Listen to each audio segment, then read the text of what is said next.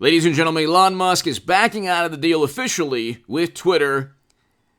Really quickly, Twitter will pay over $800 million to settle a class action suit. The 2016 lawsuit claimed executives misled investors about company's growth.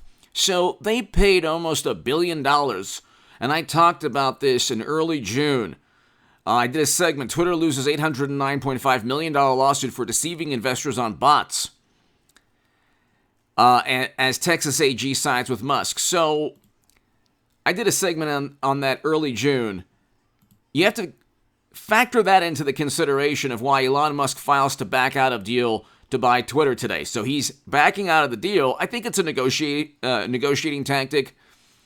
I think that he wants control of Twitter, and he's doing everything possible to get them to lower the price of the deal so he could save money.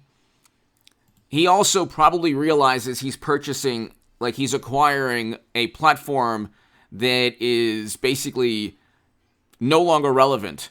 It's a platform that exists to amplify stupid people. And it's like an echo chamber for wonderful, morally superior, highly educated, oftentimes apoplectic liberal Democrats. That's what the platform is about. So here, tech titan Elon Musk, this is NBC News. Tech titan Elon Musk is backing out of a $44 billion agreement to purchase social media platform from Twitter.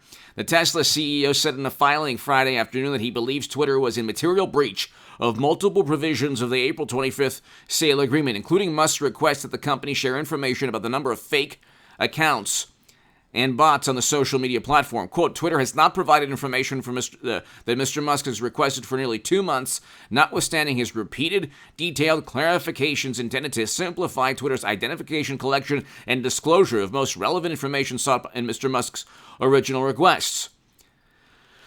So now you have Twitter saying, Twitter board is committed to closing the transaction on the price and terms agreed upon with Mr. Musk. We are confident we will prevail in the Delaware court. So what Twitter initially did is they said, no, we don't want Elon Musk owning the platform. This way it won't be an extension of the Democratic Party, and we won't be able to suppress and silence conservatives while amplifying people to the left. And we won't consider any critique or joke as harmful speech against guidelines when it's someone on the left making a joke, when it's a conservative making a joke or a statement, or using words in, what would be considered a normal manner a year ago, 2 years ago, that would be viewed as harmful speech, and the account would be suspended or banned. Hunter's emails, for example, the New York Post and Daily Mail, those journalists deserve Pulitzer Prizes. The New York Post account was suspended. And all the Democrats have to do is get James Clapper and John Brennan to write a letter, give it to Twitter, and Twitter to say, gosh, it's really information that another country wants you to know. So you know what? It's not accurate right now. We're going to suspend the New York Post. They don't do that, by the way, with BuzzFeed. So when BuzzFeed published the Steele dossier, completely fabricated, like the definition of fake and absurd and phony allegations and news. Like the literal definition of what Democrats fear and what they're petrified of all the time. Information that could lead people away from the Democratic Party. Well, the Steele dossier wasn't against Twitter guidelines, but Hunter's emails, like legitimate emails that were given to Hunter that show clear violations of the law, that then has to be suppressed. So Twitter is a place that's really no longer relevant. I do not have a Twitter account. I don't have a Facebook account. And the thing is, it's like you look at what's taken place with social media. And social media is like a scourge upon humanity. It really is, especially for younger people. This generation of Americans and of people around the world, especially of Americans. Life, reality, love, happiness, joy, pain, ups, downs, struggles, that has living, breathing has nothing to do with social media. And what's happened is that social media has become an alternate reality that people take too seriously. When it comes to, so that's like a scourge upon society, social media. I don't have Twitter, I don't have Facebook. YouTube, people say, well, YouTube is social media. It's like, nah, not really. YouTube is just like a VHS tape, but it's on demand. It's video on demand. They were talking about video on demand in 1998, 1999. Now you have YouTube, and that's like basically, if you want to watch H.A. Goodman on YouTube, you can. If you want to watch CNN, you can. If you want to watch anybody you want to watch, you can just go on the channel. Okay, by the way, hit subscribe to this channel. Hit subscribe to the nuclear confrontation channel that's below in the description and pinned comment, and also hit subscribe to the oil prices 150 Bitcoin 10K recession channel. We are in a recession now. Bitcoin will get to 10K, and oil prices will get back to past all-time highs of 147. The supply is not meeting demand. That's even with the recession. And also interest rates are going up during a recession. So this is not a normal time period. I predicted all of this in October, ladies and gentlemen, in the Federalist. Read the article in the Federalist, and also on this channel, and on the stock market, and on the nuclear confrontation and stock market crash channel. I predicted that. The links are below in September, ladies and gentlemen, when I predicted all of that. But anyway, this is a negotiation tactic almost certainly, because Elon Musk does not want to pay $44 billion for a monstrosity or dystopian cyber nightmare. Elon Musk tells Twitter he wants out of his deal, so Elon Musk says he's pulling out a $44 billion Twitter deal. He doesn't want to pay $44 billion for it, and that's basically what this amounts to. They already paid almost $1 billion to settle a class action lawsuit. They lie all the time. Twitter does not have normal guidelines. Like, they don't have guidelines that apply to everybody. They have rules and guidelines that apply only to conservatives and not to wonderful, morally superior liberals.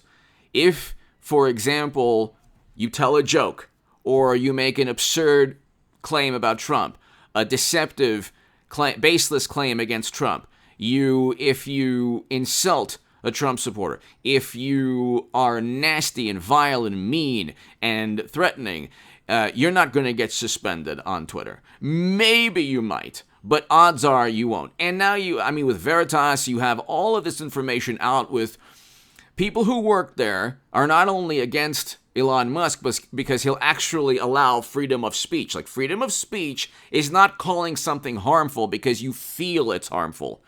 You have to actually prove in a court of law that speech is harmful. But that's not the way Twitter works. Twitter is run by morally superior left-leaning people, and they decide what is appropriate, what is inappropriate. Also, it's not that important or relevant to American life or politics. The reason that it's so relevant, the reason that it's still important and not as important as it's not. Most Americans don't really care what goes on Twitter. Like, it's not relevant to the daily lives of people. The reason that it's so important to, like, the Washington Post or the New York Times or to activists is that it amplifies. It's an echo chamber to create political will and sentiment and momentum. It amplifies a political message. It amplifies emotion.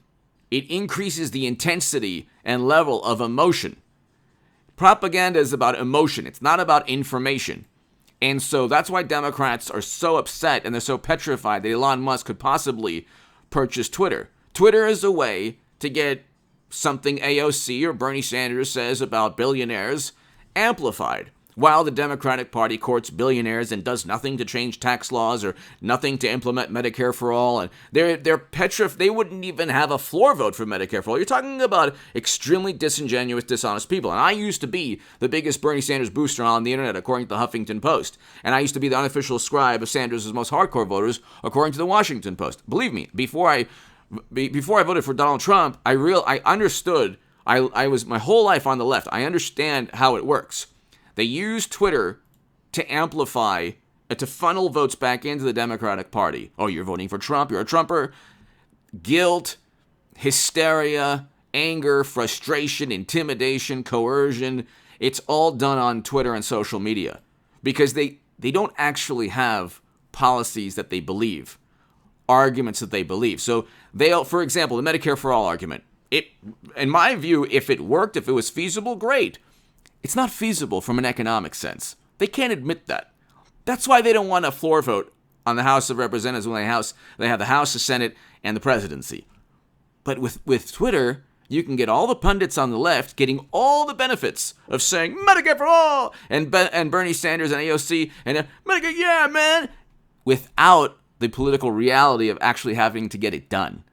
That's one of the great tools Democrats use. That's why Twitter is such a great tool for Democrats.